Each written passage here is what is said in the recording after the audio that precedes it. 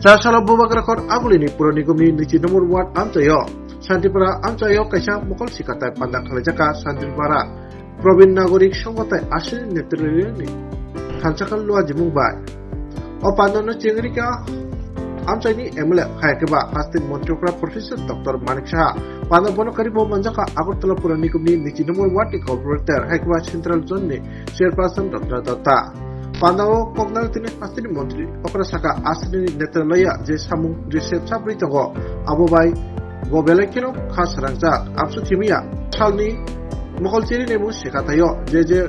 Umotaka Razagdo, Manzaka, Borok Salsa, Bubagarakor Agulino, Agliwo, Shikla Togwani, Tai Borok, Amsaino, Naitokes, Tsunami Chatini, Belekino, Yaprikam Sheka, Botem Shaka, Orot Manzaknai, Tini umur cakra enggak burukni sakti umur cakra rapano burukni wansu munggo tabu kan siklah hai. Di bagian botem saka tabu ni cakra enggak no nukung ni akiba society ni buza anai sugia boy joto ni nasik mungno selainnya nago abdi saka bontokra.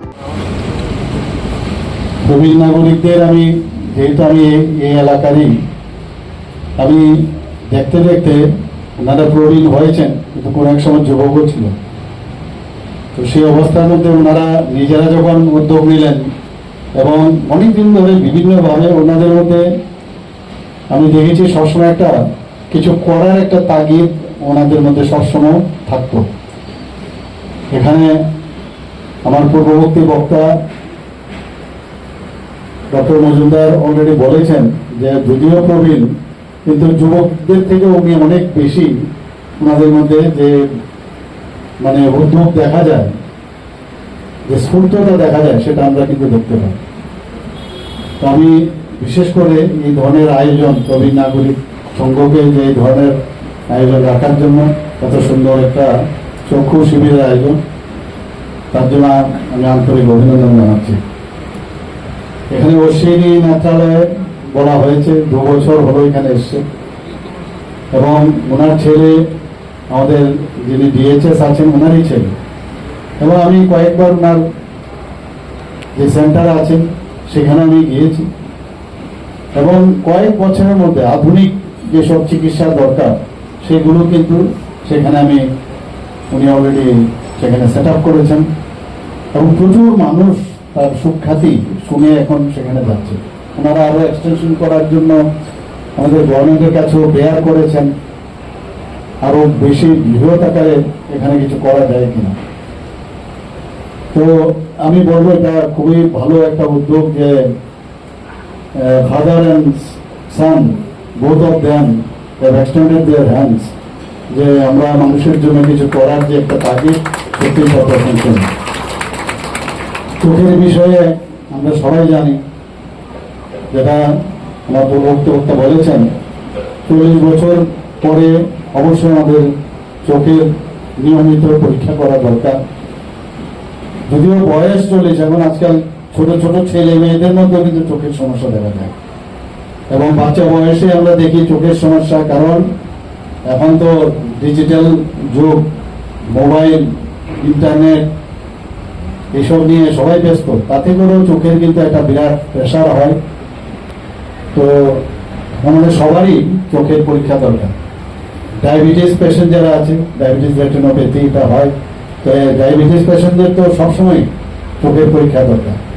তো এখানে আজকের এই যে পরীক্ষার যে বিনামূল্যের যে চক্ষু চিকিৎসা শিবির, তাতে করে কারোর গ্লুকোমা আছে কিনা, কারোর অন্যান্য সমস্যা আছে কিনা, লং সাইডের প্রবলেম, শর্ট সাইডের প্রবলেম আছে কিনা, সেগুলো কিন্তু এখানে আজকে ধরা হবে। পাশাপাশি অন্যান্য কোনো সমস্যা আছে কিনা সেটাও যখন ডাক্তারবাবুরা এখানে বলবে যে পরীক্ষা নিরীক্ষা দরকার, তাহলেও সেটাও কিন্তু বেরিয়ে আসবে। হাই প্রেশার যদি থাকে, অনেক বিভিন্ন কারণে আজকাল চোখের সমস্যা হয়, তো সেইগুলো এই আজকের এই শিবির থেকে অনেক কিছু জানা যাবে। আজকে এখানে যে প্রবীণ নাগরিকরা যে আয়োজন সেখানে রেখেছেন, আমি একটা কথা বলবো, ওনারা আমাদের কাছে কিন্তু প্রবীণ হলে ঘরের ভিতরে বাড়িতেও আমরা কিন্তু পূজা মনে করি, তাদেরকে পূজা যেন না মনে করি, সেটা হচ্ছে সবচেয়ে বড় জিনিস। ওনাদের প্রতি আমাদের সহমর্মিতা, একটু সম্মান এবং একটু আদর ভালোবাসা ওনারা কিন্তু তখন চায়। তো সেটা আমাদের যেমন ঘরেও দরকার, ঘরের বাইরেও সমাজে যারা এই ধরনের কাজে যারা লিপ্ত আছেন তাদেরকে আরো বেশি করে করা উচিত।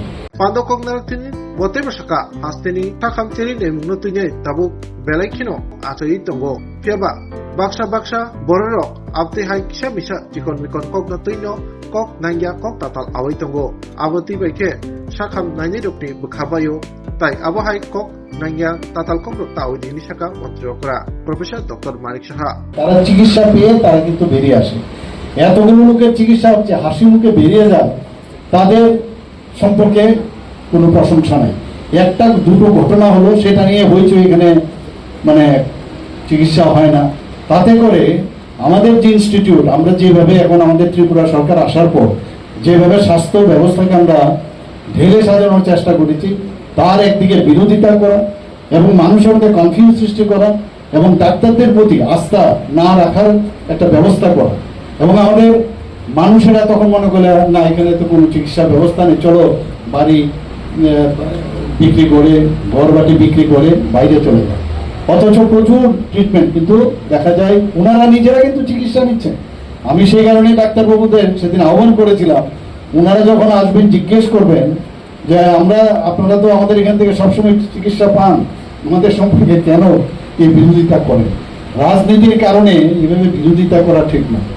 আমরা এখানে এতগুলো সুপার স্পেশালিটি করছি, মেডিকেল কলেজ এখানে 3টে হয়ে গেছে, ডেন্টাল কলেজ হয়ে গেছে, ফার্মেসি কলেজ আছে এখানে, এখানে আমাদের নার্সিং কলেজ হয়েছে।